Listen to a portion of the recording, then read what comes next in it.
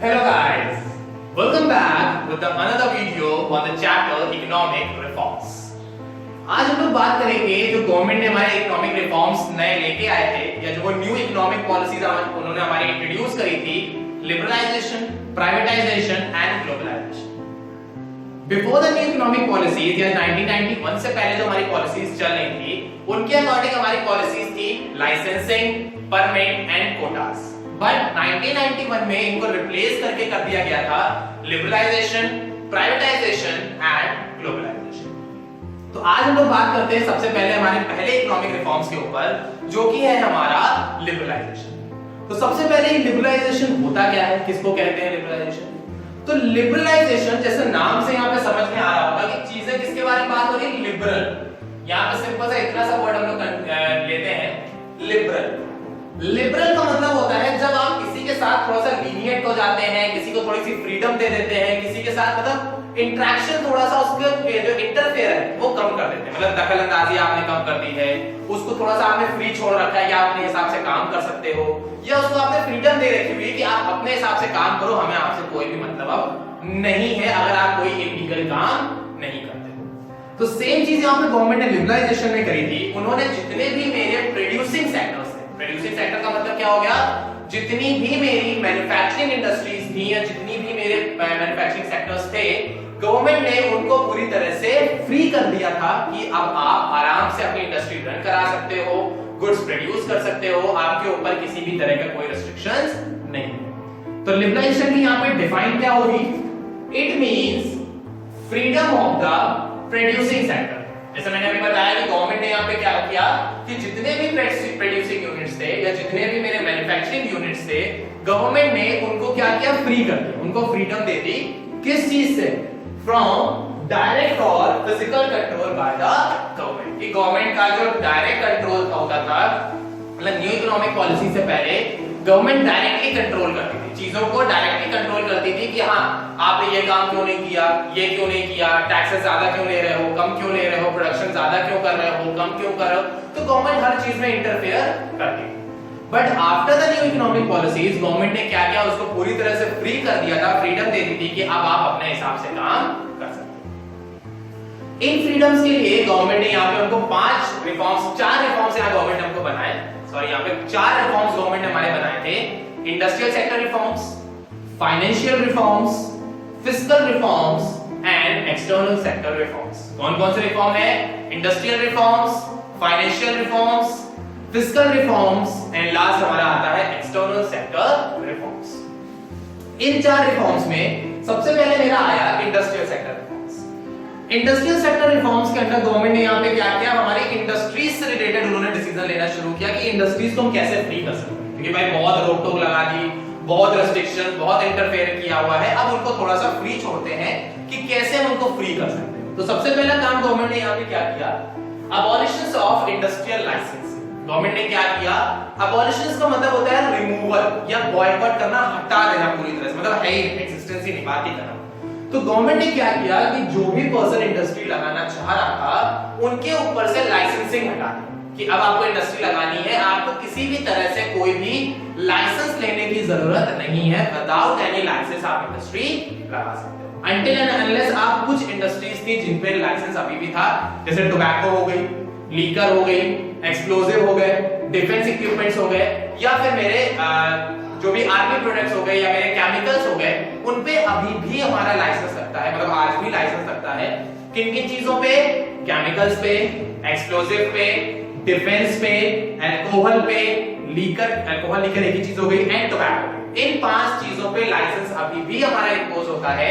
But rather than these 5 industries, government ने बाकी जितनी भी इंडस्ट्रीज थी उन पे से लाइसेंस हटा दिया कि अब आपको इसमें लाइसेंस लेने की रिक्वायरमेंट नहीं.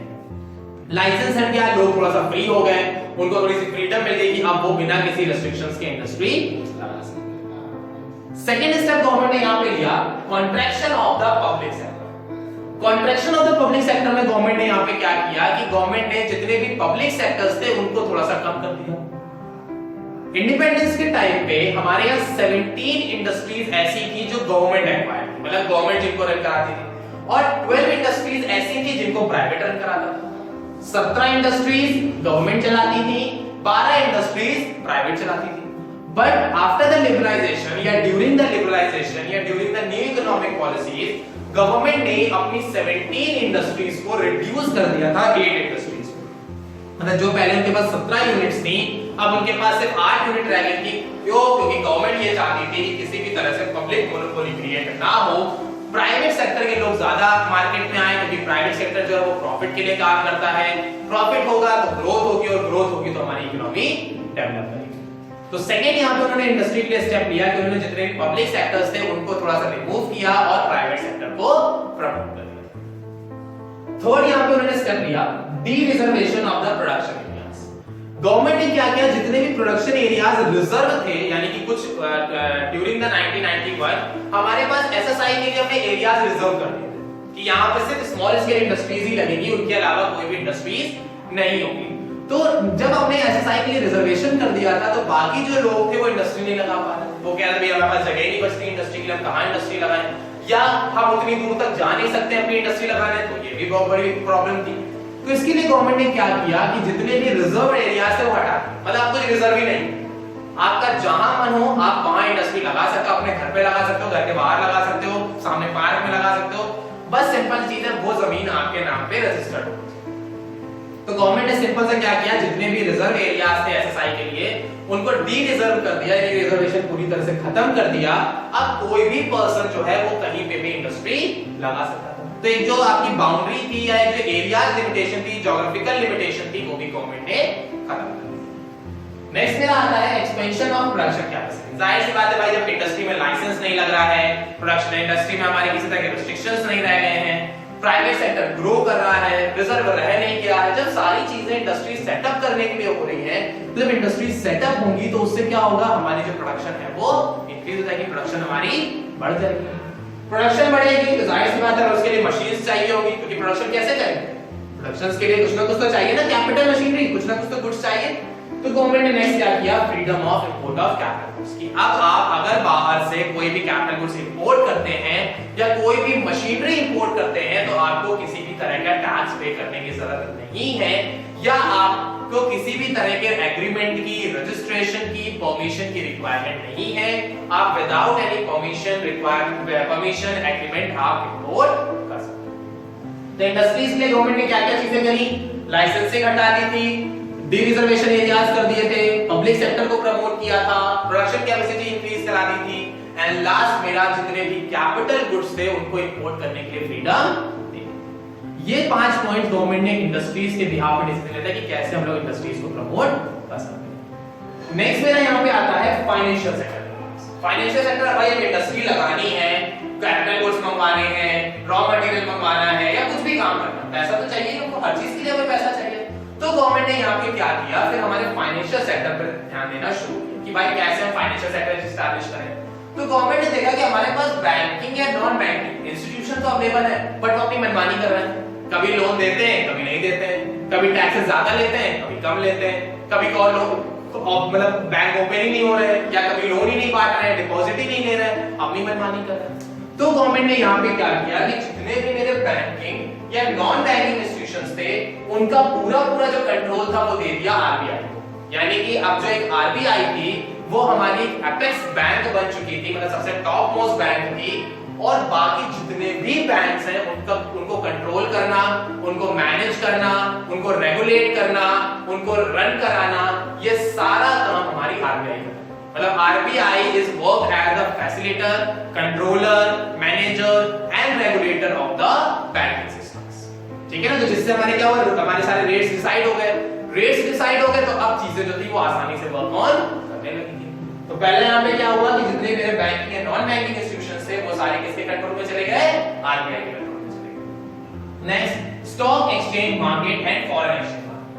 गवर्नमेंट ने क्या किया कि हमारी जो स्टॉक एक्सचेंज मार्केट थी, यानी कि जो हमारी शेयर मार्केट जिसको कहते हैं, गवर्नमेंट ने क्या किया, भाई जितनी भी कंपनीज हैं, इंडस्ट्री की बात तो नहीं कर रहे क्योंकि फैक्ट्रीज तो रजिस्टर्ड नहीं हो सकती हैं, जितनी भी कंपनीज है या जो भी कंपनीज आपकी रजिस्टर्ड है, उन कंपनीज को गवर्नमेंट ने क्या कर दिया, शेयर मार्केट के लिए इन्फ्लुएंस करने लगे, मोटिवेट करने लगे कि आप अपनी कंपनीज को शेयर मार्केट में रजिस्टर्ड कराइए।